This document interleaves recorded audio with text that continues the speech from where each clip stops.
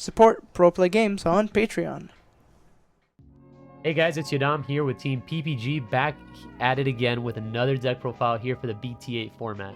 Now, I know what you're going to say, this is a little bit different from our usual deck profiles.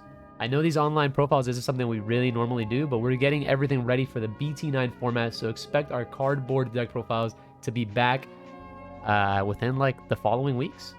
With that being said, I'm going to do the first deck profile here for BT8, which is Blue Hybrid. Now, I know, Blue Hybrid. It's not a BT8 deck, but it's still the boogeyman that exists in the Digimon world. We got terrorized by this deck all throughout BT7 and completely ignored it that it even existed in BT8. We all started complaining about Jet Sylphimon and Yellow Hybrid and Rapidmon, which, valid complaints. But do you understand how frustrating it is to be Tommy'd over and over and over again? Some of you do, and some of you are just about to witness it. So with that, let's get right to the deck profile here. I'm going to start off with the rookies, and obviously here I also show the eggs. We have 4 Kyaros and 1 Upa. I chose to play 5 eggs, mostly because this format is a little bit more drawn out. You have these Massamon decks, these Yellow Hybrid decks, that really extend the game way further than they used to in the past. There's a lot of healing involved, and sometimes you just need that extra egg. The difference between Kyaro and Upa is slightly negligible, as Upa requires you to commit where Kyaro doesn't. So Kyaro under a Madoki, Kyaro under a regular Strabi, under a regular rookie is a little bit better, as you don't have to swing if you don't need to, and you can kind of just leave it unsuspended. With that being said, we have here our 8 rookies, our 8 hybrid rookies. We have 4 Strabis and 4 Strabis. So the initial Strabi is the on-play Strabi. You play it, you search, you look at the top 3, you add a tamer and a hybrid. Very good card, super consistent in this deck. You'll almost always double hit. If you don't, it happens. If you don't, you'll probably one hit. So it usually replaces itself. It applies pressure, and at the end of the day, it's still a hybrid in its trait. So it could search itself. If somehow you have to build a stack in the back with the Beowulf, Beowulf can continue to add it back, and you can get some more value off of it.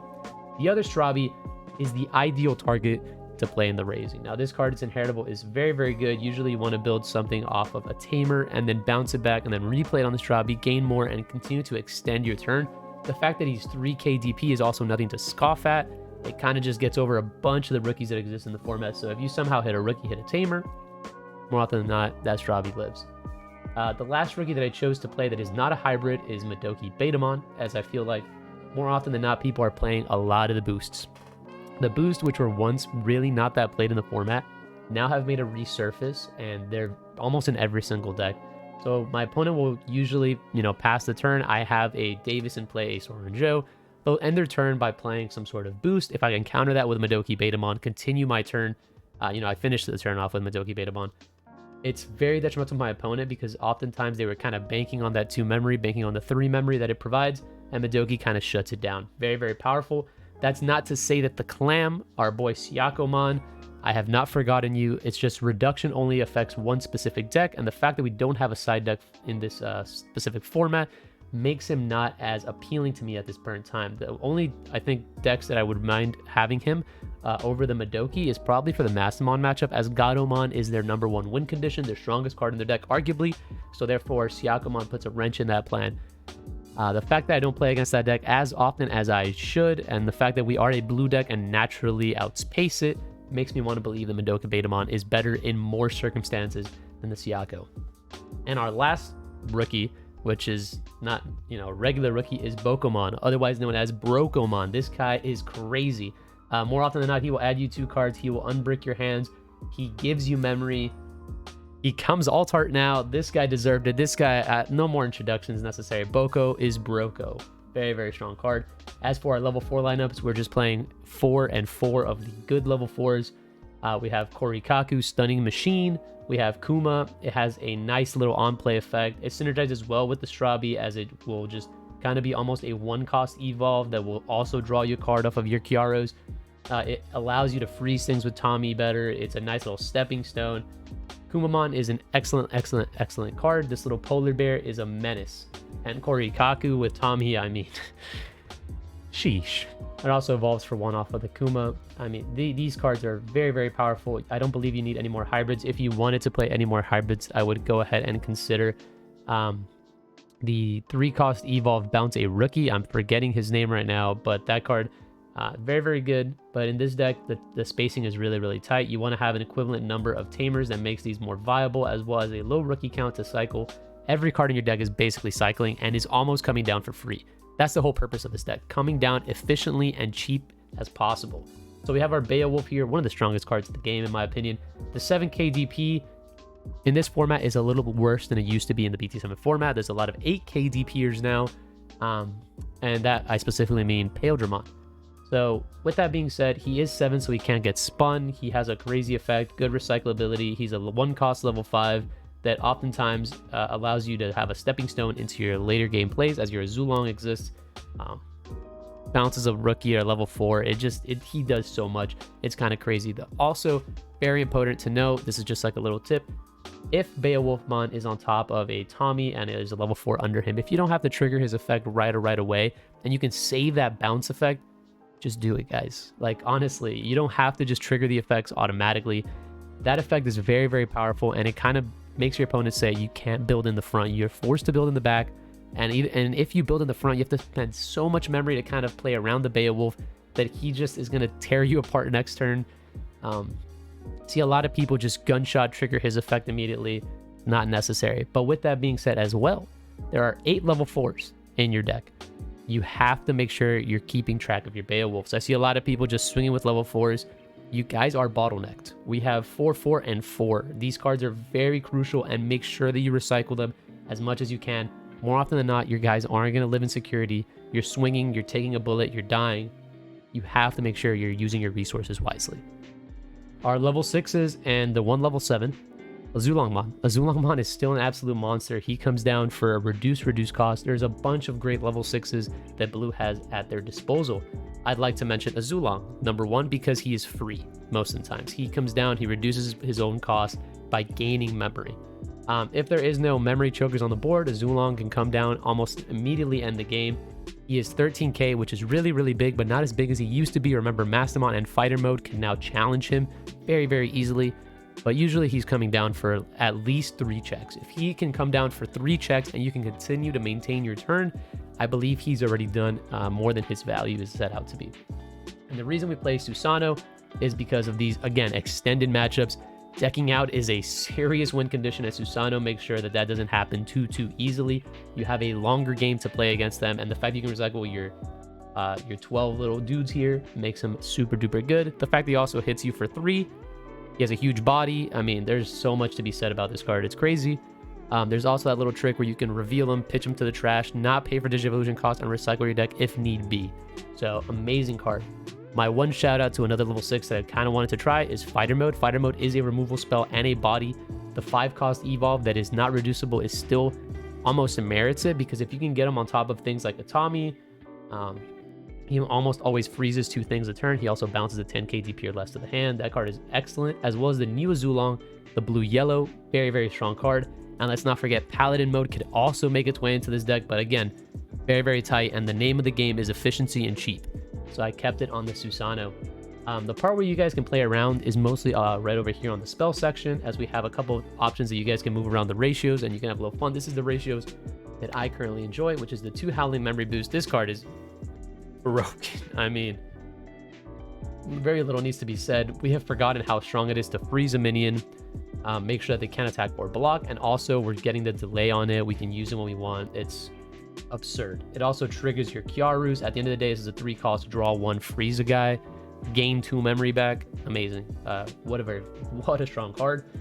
Blue Memory Boost, I am playing 1. Again, you have a very low just blue count, so sometimes you may be seeing a couple crusty hands, to say the least, and Blue Memory Boost kind of fixes it, as you only need 1 or 2 cards to kind of fix your hand. Once the ball starts rolling on this deck, you almost always plus like 3 in a turn in terms of card draw, and therefore you'll start to unbrick. You'll have these very powerful hands very, very quickly. Innocence Blizzard. Holy moly, what an addition in this new set. Trash a card from every trash the bottom digital source from all cards your opponent controls, then up to 3 of their Digimons cannot block or attack to the end of your opponent's next turn. There is quite a little bit of a mistranslation with this card. If you hit this insecurity, the word next turn does not refer to the fact that your opponent swung and hit it and it's this turn. So if it's hidden security, they can attack or block for this turn. When it returns back to their next turn, they can attack, they can block. So that word next is kind of like superfluous. They could have just said at the end of your opponent's turn. That next part kind of confused us, and we thought that like if you hit it in security, it was like a double turn freeze, which was just a little too much. But besides that, it's a ridiculously powerful card. Freezes 3 Digimon. It also draws cards of the Kyaros. It sets up a Zulong plays. Crazy. Ice Wall because, I mean, the card's at 1 for a reason. We can't forget to play it. We're playing triple of the Spark. Spark has fallen out of favor very heavily. Again, people are choosing to play all of these memory blockers, mostly for the boost. But again, your deck kind of can get around them by the fact of Beowulf, the fact that they have to have these guys and you can strip them, and then you have Sora Joe to counter them. This deck has never cared about memory blockers. Sora Joe and Beowulf has said, go for it, bro. Play that Gazimon. Go for it, bro. Play your memory blocker. I'm going to gain more than you're going to win. So Hammer Spark is still very efficient in this deck, as well as both of the boosts. Don't let those pesky little memory blockers scare you. 3 of the Davis. Sometimes I kind of want to bump him up to 4. He is a honorary rookie, as he is a 4 cost. Our rookies are usually 3, and he looks at the top 3, adds a card to my hand. He's $20 for a reason. This card's crazy. Best blue tamer, hands down. Next to Sora Joe. This card, in the format where it was played, was an absolute powerhouse, and it still is an absolute powerhouse. All these decks setting up crazy inheritable. Sora Joe removes them. Make sure you gain memory. If the biggest misplay I've seen people play against Blue Hybrid is that they'll go ahead and do a Chimeramon play. They won't evolve on top of the Chimera. They'll leave the Chimera there. The Sora and Joe are going to strip all the sources from that guy. You're going to freeze him infinitely, and then he's just stuck there on the board every single turn because he becomes a white Digimon and you cannot Digivolve on top of him. Most decks can't, at least, and I can't think of any meta-relevant deck that can. So you're basically, he's paying for himself over and over. So if you're playing against Blue Hybrid, be careful with your Chimeras. It'll be a little bit more detrimental than you think if you can't evolve into him that same turn. Very, very powerful. And once again, make Chimera, you clear the board, you swing, you hit a Hammer Spark. You have to think about those plays. Think about the possibilities that can happen if you do those misplays. So we also have Tommy. Tommy is insane. This card, many people in the OCG or Japanese meta oftentimes said this card should have been put to 1 on the previous list. If you play this card, you resolve this card, you're going to see why. He's insane. I incorrectly thought that his on-play was bad back in the day. You know, to me, you're playing 3 to trash 3. That just seems like 1 memory for 1 trash. And I don't think that translates well in value. But what makes that on-play good is the fact that all these crazy red hybrid decks are just one-shotting everyone all across the board. They make their crazy stack and swing. If they hit a Tommy, their turn kind of passes because they strip all the sources from their Ancient Greys. They lose their attack +1s.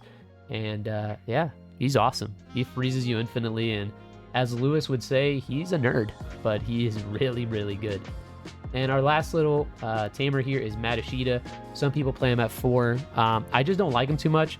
He kind of, at the end of the day, he's a 2-cost rookie, right? Think about him that way. He's 2-cost uninteractable card most of the time. This says gain 1 memory, so he sometimes pays for himself. But what he mostly does is he is a 2-cost rookie. If he pays for himself, great. If he doesn't, great. He is cheap, he is good, he is efficient. So I understand why people play him at 4. It's very easy that you can, cut this, up this. You can do like little edits like this to your deck to make your deck a little bit more consistent. Totally plausible. And that's what's good about all these great cards. You guys can do so much with it. And with that being said, this is my take on the Blue Hybrid. I love this deck. I hate this deck.